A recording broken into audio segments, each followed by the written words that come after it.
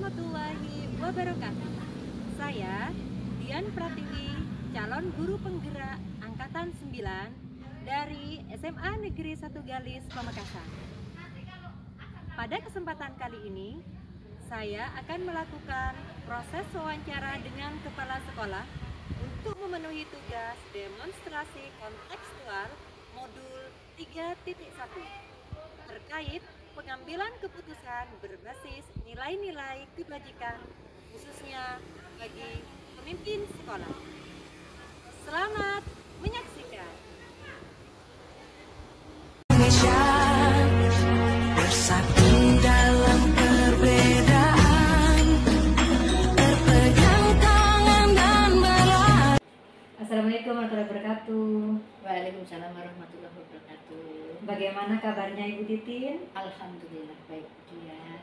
Alhamdulillah kalau Bu Titin dalam kondisi yang sangat baik. Pertama-tama saya mengucapkan terima kasih karena Bu Titin telah meluangkan waktu di waktu yang sibuk ini Bu ya, karena bisa memberikan waktu kepada saya untuk bisa sharing-sharing, komunikasi khususnya untuk melakukan proses wawancara ini Bu. Karena saya sebagai calon guru penggerak angkatan 9, kami mendapatkan tugas untuk melakukan wawancara dengan kepala sekolah di sekolah yang kita mengajar Bu. Iya. Selain itu kita juga akan melakukan wawancara dengan kepala sekolah yang di luar sekolah, misalkan seperti di SMA 1 atau SMA 2. Intinya tidak harus sesama SMA, tapi biar lebih linier, nanti kita akan melakukan proses wawancara juga dengan kepala sekolah selain di SMA Negeri 1 Galis. Pada proses wawancara kali ini Bu, kita akan melakukan beberapa pertanyaan terkait dengan pengambilan keputusan berbasis nilai-nilai kebajikan khususnya untuk pemimpin ataupun kepala sekolah. Baik, insya Allah akan saya bantu sebatas yang saya bisa. Baik, terima kasih Ibu. Dan dalam proses wawancara kali ini Bu, mungkin saya yakin Ibu sebagai kepala sekolah sudah banyak mempunyai pengalaman-pengalaman. Jadi dari pengalaman-pengalaman yang sudah Ibu lakukan, mungkin saya bisa belajar dari situ Bu. Mungkin itu Bu yang mau saya tanyakan terlebih dahulu. Selama ini apakah Ibu pernah dihadapkan oleh dua masalah Bu ya, ataupun dua kasus, di mana kasus itu sama-sama baik ataupun sama-sama benar, tapi sangat bertentangan Bu? Sering Bu Dian. Baik itu situasi yang kasus yang rutin maupun kasus yang sifatnya spontanitas. Ya. Sering kami menghadapi hal-hal seperti itu. Sama-sama benar, tetapi kita harus mengambil keputusan yang paling benar dan baik untuk semuanya. Benar. Biasanya itu terkait permasalahan dua kasus itu kasusnya berkaitan dengan siswa Bu ya? Bisa hubungannya dengan siswa, bisa hubungannya dengan guru maupun sistem sendiri yang ada di sekolah.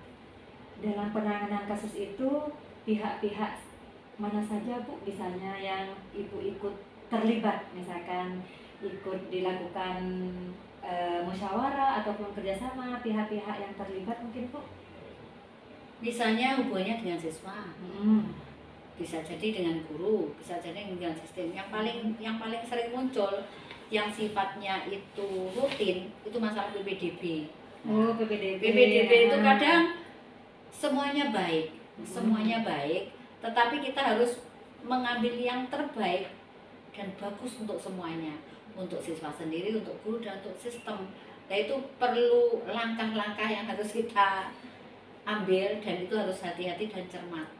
Karena kepleset sedikit bahaya itu. Benar Iya, sekali. Itu yang sifatnya rutin. Tapi ada lagi yang sifatnya spontanitas atau insidentil. Misalnya ada kondisi-kondisi tertentu anak yang sering terlambat. Ternyata kalau dicari tahu keterlambatnya itu ada sesuatu hal yang memang dia harus terlambat memang lah. Itu kita harus pas mengambil sikap seperti itu. Ya. Oke, untuk yang pertanyaan selanjutnya Bu, langkah-langkah atau prosedur seperti apa yang biasanya Ibu lakukan jika dihadapkan dengan kasus seperti itu? Kasus itu yang kita hadapi, kalau yang tadi itu hubungannya dengan dilema etika, ada dua yang sama-sama benar, itu yang paling sulit. Tetapi kalau rujukan moral antara benar salah itu mudah diukur. Kalau itu benar ya kita ambil, yang salah kita hindari. Biasanya saya untuk menentukan, mengidentifikasi seperti itu caranya, yaitu dengan uji. Melakukan uji. Yang pertama untuk mengidentifikasi itu, oh ini kasusnya benar-benar atau benar salah, itu saya melakukan dengan uji. Yang pertama itu uji legal. Uji legal, apakah kasus ini melanggar hukum atau tidak? Kalau melanggar hukum kan berarti itu salah, berarti itu bukan dilema etika. Benar-benar. Itu adalah rujukan moral. Nah, kalau secara legal dia masih oke, diuji lagi pakai uji regulasi. Nah, profesional ini melanggar kode etik atau tidak. Nah, setelah itu masih oke, pakai uji intuisi. Nah, dengan yang kita yakini, uji publikasi, seandainya hal ini viral, apa yang terjadi? Terakhir uji panutan. Biasanya kita memiliki orang-orang yang menjadi idola kita, pemimpin kita terdahulu, orang tua dan sebagainya. Dalam mengambil keputusan dalam situasi ini seperti apa, pasti kita memiliki preferensi, baru kita ambil seperti itu. Luar biasa sekali Bu. Memang langkah-langkah yang harus diambil memang pada saat pengambilan keputusan itu harus lengkap Bu ya. Biar sesuatu yang kita peroleh hasilnya juga betul. maksimal. Jadi memang melalui untuk mengetahui itu, mengidentifikasi itu pakai uji, tapi langkah-langkahnya pakai prosedur yang cukup panjang ya. Yang jelas tidak bisa mengabaikan prinsip-prinsip dan paradigma. Yang ingin saya tanyakan lagi Bu, selama ini apakah dalam proses pengambilan keputusan adakah kasus yang bertentangan dengan hukum yang pernah Ibu alami mungkin? Yang bertentangan dengan hukum pasti ada. Kalau yang bertentangan hukum jelas tuh mudah diukur. Yang benar, yang salah berarti ya sudah kita ambil yang benar. Yang susah itu kalau dari uji legal hukum oke, masih tidak menyalahi, dari uji regulasi juga nggak menyalahi, lah itu yang susah itu. Dan tapi tetap itu menggunakan, tidak mengabaikan 3 prinsip, yaitu menggunakan prinsip namanya and-based thinking, ada yang pakai rule-based thinking, dan terakhir ada care-based thinking. Artinya apa?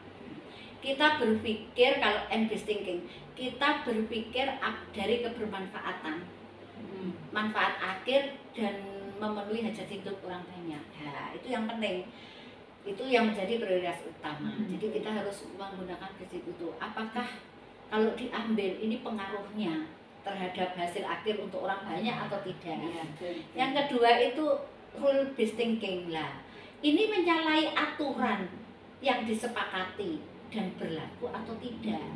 Yang terakhir adalah ini sulit diukur. Care based thinking, berpikir apakah tentang kepedulian. Jadi kita tidak boleh, seorang pemimpin tidak boleh kaku. Jadi meskipun ini tidak secara aturan, secara hasil, tetapi hati nurani harus masih tetap berbicara.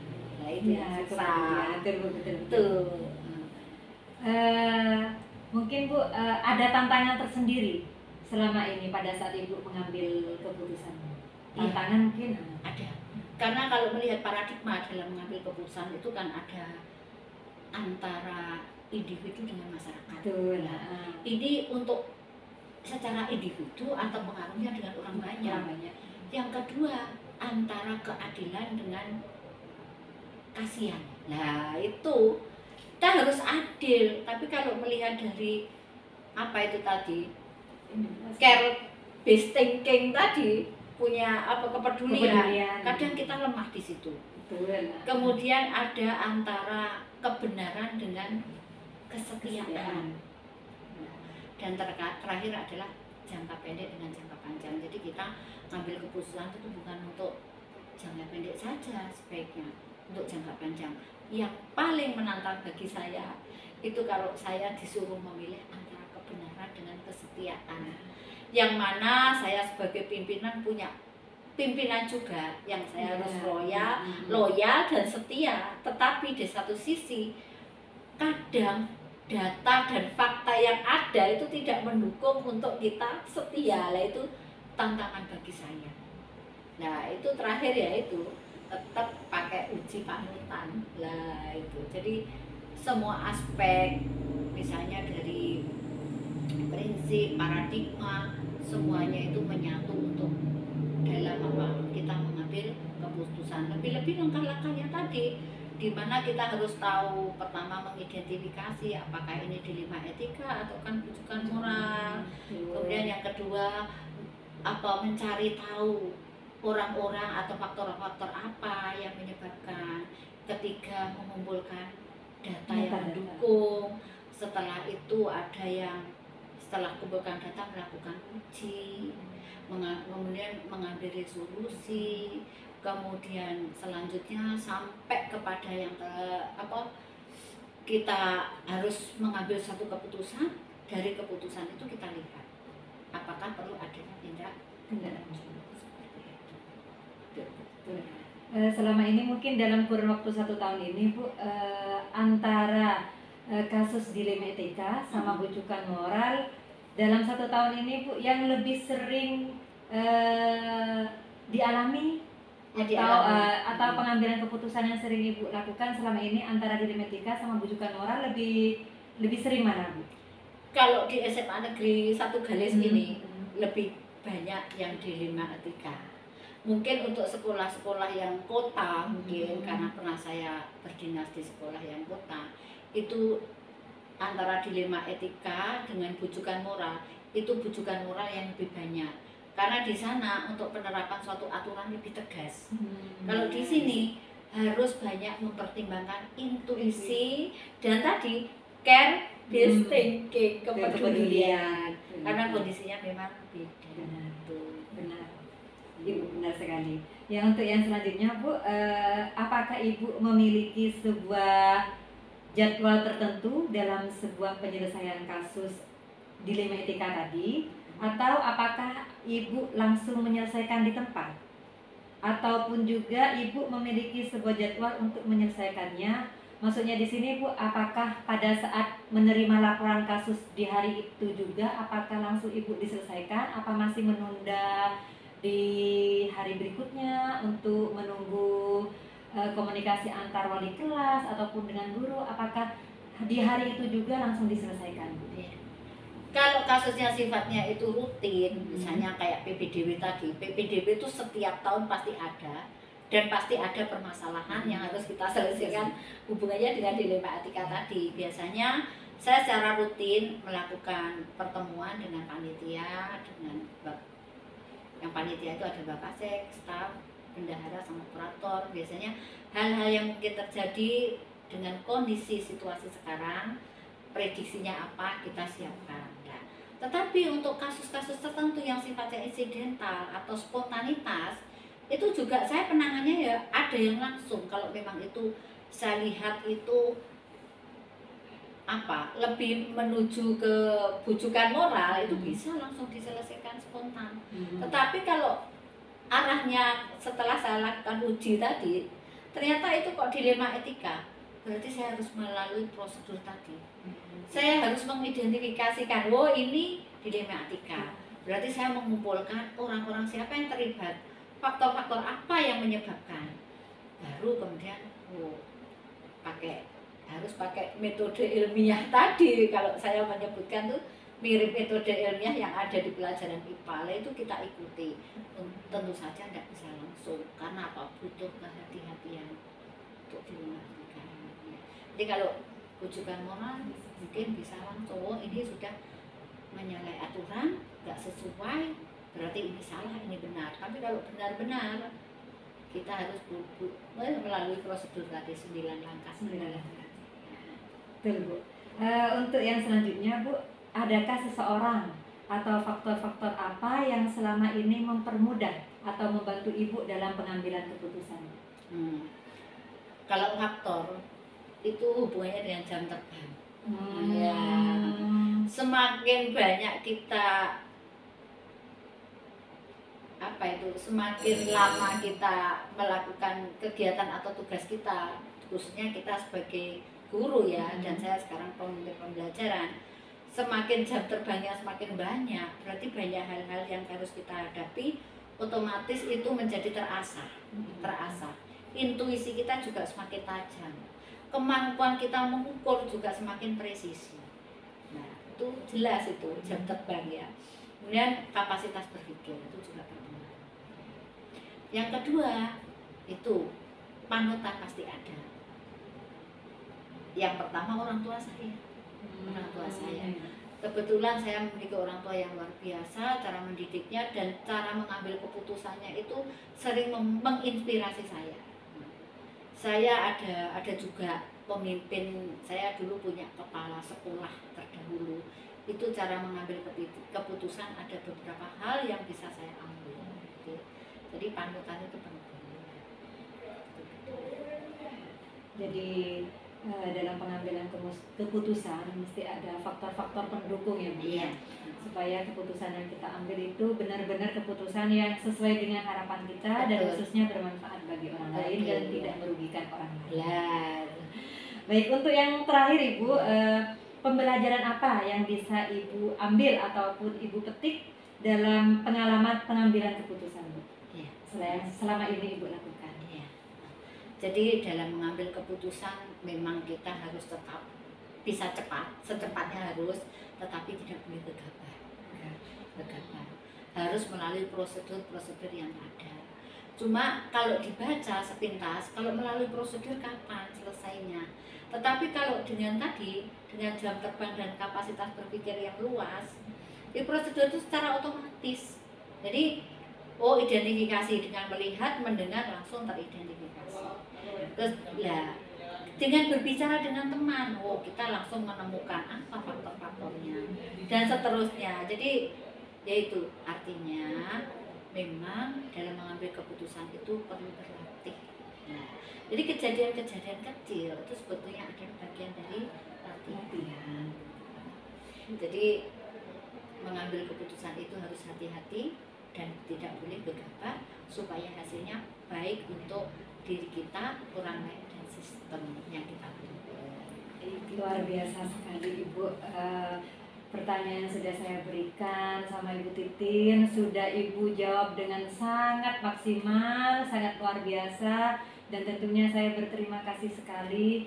Dan dari hasil wawancara yang sudah kita lakukan Bu, saya sudah banyak mendapatkan pelajaran ataupun informasi-informasi yang bisa dijadikan bekal untuk saya.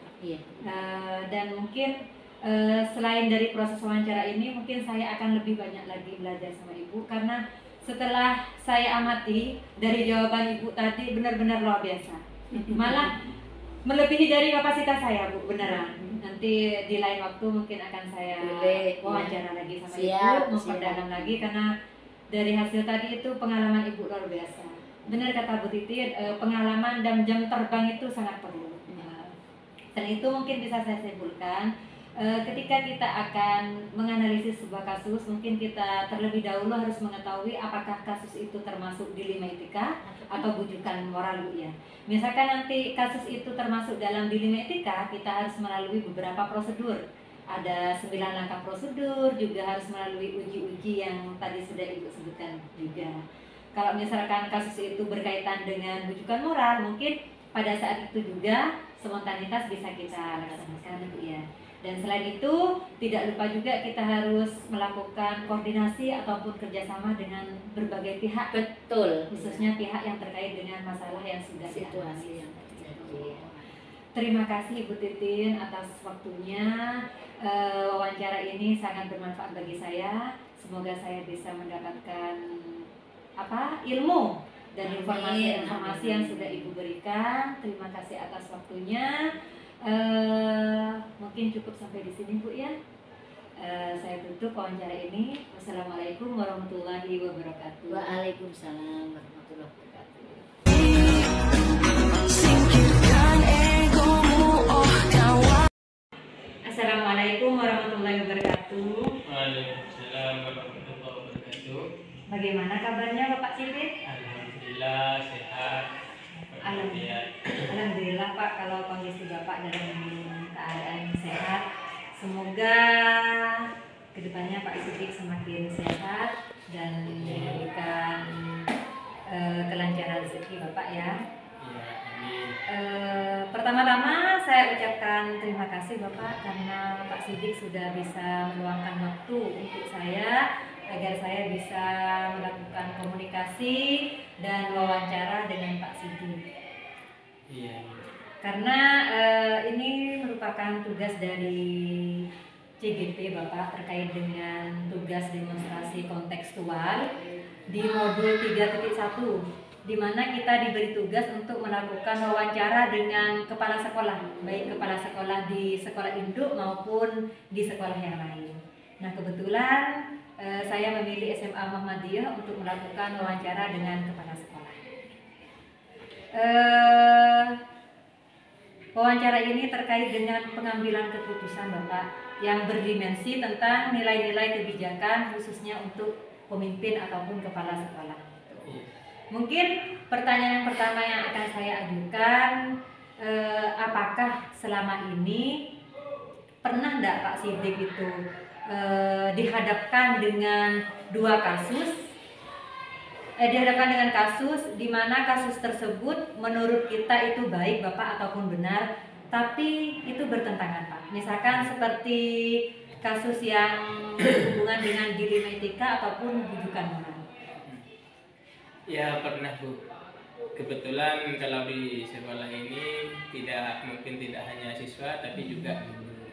Persoalannya kadang-kala guru itu kan anggaplah sudah kader dari perserikatan, namun mungkin itu juga kurang lah untuk lembaga ini, sehingga mereka sering mementingkan kepentingan yang ada di luar. Bahkan ketika misalnya ada tugas-tugas di luar, kadang-kala sekolah dikorbankan seperti itu. Sehingga bagi kami dilema untuk memutuskan suatu keputusan semacam itu. Jadi menurut Pak Sidik kasus itu termasuk dilema etika Bapak ya? Iya, dilema etika.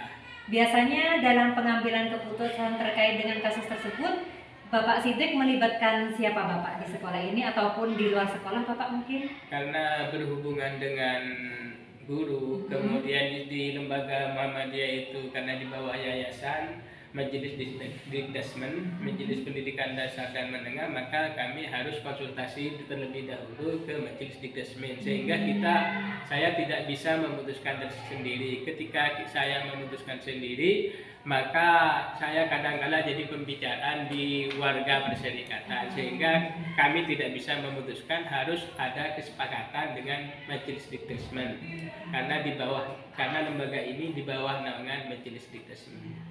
Benar sekali Bapak, karena sebuah keputusan itu tidak hanya diputuskan oleh kita sendiri Bapak ya, tapi kita juga bisa melakukan sharing ataupun kolaborasi dengan pihak yang lain. Khususnya di Muhammadiyah sudah ada Majelis Dikdasmen dengan yayasan. Baik, untuk langkah-langkah Bapak, mungkin dalam proses pengambilan keputusan, adakah langkah-langkah yang Bapak lakukan?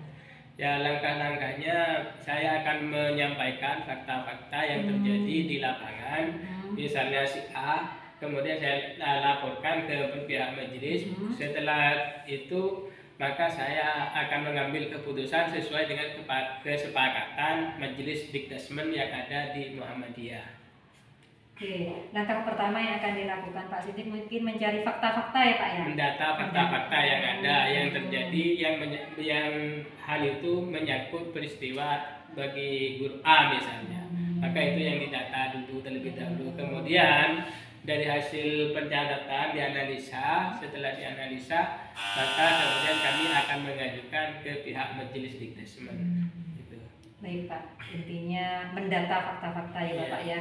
Baik, terkait dengan pengambilan keputusan yang akan diambil Pak, apakah selama ini ada tantangan Pak? Mungkin ada hambatan atau apa? Kalau masalah hambatannya ya tidak ada. Ketika sudah ada kesepakatan dengan pihak majelis, maka pihak majelis itu pun yang juga memutuskan apakah akan dilanjutkan jadi pegawai di SMA Muhammadiyah atau tidak gitu. Karena pernah satu kali juga saya pada sebelum saya, kebetulan saya pada saat itu jadi kurikulum, kemudian kita memutuskan kader satu orang. Ternyata ketika ada pertemuan di perserikatan, saya jadi pembicaraan bahwa itu kader tulen dan sebagainya. Karena mereka tidak tahu pastinya fakta yang ada di sekolah, bahwa kalau ini sering tidak masuk, sering gimana, sering keluar dan sebagainya, sehingga kami tidak mau terjadi kedua kalinya bagi saya untuk memberhentikan kader itu sendiri. Sehingga bagi saya itu lebih baik saya konsultasikan dulu, baru kita diputuskan. Siap, benar Pak, benar, dikonsultasikan dulu. Baik, untuk yang pertanyaan selanjutnya Bapak, faktor-faktor apa yang mempermudah Pak Siddiq dalam pengambilan keputusan? Faktor-faktor bagi saya untuk mempermudah memutuskan suatu keputusan, ya saya itu kan seharusnya sharing dengan pihak majelis. Kemudian selain sharing dengan pihak majelis, kemudian di sini kan juga ada guru BK. Maka dikonsultasikan juga dengan guru BK bagaimana enaknya. Sehingga dari kedua, anggaplah dari majelis Dikdasmen, kemudian guru BK yang biasa menangani masalah-masalah atau kejadian-kejadian yang ada di sekolah ini, maka saya bisa memutuskan. Ya, baik Bapak. Yang selanjutnya Bapak, pembelajaran apa yang bisa Pak Siddiq ambil dari penanganan kasus dan sekaligus pengambilan keputusan itu Pak? Mungkin ada pembelajaran tersendiri Bapak. Pembelajaran bagi saya, kalau bisa seandainya kader-kader yang dititipkan di Muhammadiyah itu, kalau bisa kader yang bisa konsekuen dan konsisten terhadap lembaga dan bisa mengembangkan lembaga yang ada di SMA Muhammadiyah, tidak terpengaruh dengan karena gaji banyak di luar, kemudian di SMA Muhammadiyah kemudian malah ditinggalkan, sehingga hal itu bagi saya itu kurang kalau kader semacam itu. Jadi bagi saya, bagaimana kader itu yang memikirkan perkembangan lembaga, yang memikirkan kondisi lembaga, sehingga komitmennya terhadap lembaga sangat kuat dan sangat tinggi. Sehingga ini yang jadi pelajaran bagi saya, agar untuk ke belakangnya dalam rangka mengambil pegawai, diperhatikan betul hal semacam itu. Ya, intinya pembelajaran yang bisa diambil oleh Pak Siddiq itu intinya belajar dari pengalaman dulu-dulunya Pak ya, dan berharap semoga kader ataupun karyawan yang akan direkrut di SMA Muhammadiyah semoga bisa mengabdi dan bisa menjalankan tugasnya dengan baik, di mana bisa memajukan sekolah SMA Muhammadiyah ini Bapak ya. Oke, siap.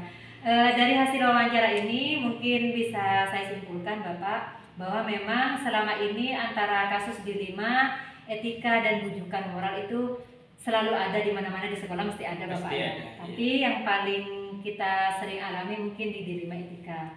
Di mana tapi pada saat penyelesaian kasus ataupun pengambilan keputusan, alhamdulillah Pak Siddiq di sini itu sesuai dengan jawaban tadi, tidak memutuskan sendiri, melainkan sudah berkolaborasi ataupun berkomunikasi dengan berbagai pihak, khususnya pihak yayasan dan pihak majelis. Jadi ada sesuatu itu kita saling sharing. Dan juga dalam pengambilan keputusan itu tidak lupa dengan melakukan beberapa langkah seperti tadi, kayak mengumpulkan data-data Bapak ya, ataupun fakta-fakta terkait dengan kasus yang akan kita putuskan seperti apa. Tuh. Jawaban yang luar biasa Bapak. Semoga dari jawaban Pak Siddiq tadi bisa menjadi informasi yang bermanfaat bagi saya ke depannya khususnya, dan saya yakin pengalaman-pengalaman yang dimiliki Pak Siddiq itu lebih banyak, tidak cukup hanya di wawancara ini Bapak, mungkin di kemudian hari saya bisa belajar lebih dari Pak Siddiq, karena saya yakin ilmu yang dimiliki Pak Siddiq sebagai kepala sekolah itu sangat banyak dan bisa memberikan manfaat yang besar bagi saya. Mungkin cukup sampai di sini Bapak wawancara yang bisa saya lakukan. Terima kasih atas waktunya. Semoga wawancara ini bisa bermanfaat bagi saya dan khususnya bagi semua terutama saya sebagai anggota CGP. Terima kasih Bapak. Assalamualaikum warahmatullahi wabarakatuh. Waalaikumsalam warahmatullahi wabarakatuh. Mudah-mudahan Ibu sukses jadi guru penggerak. Amin, amin. Terima kasih Bapak atas doanya.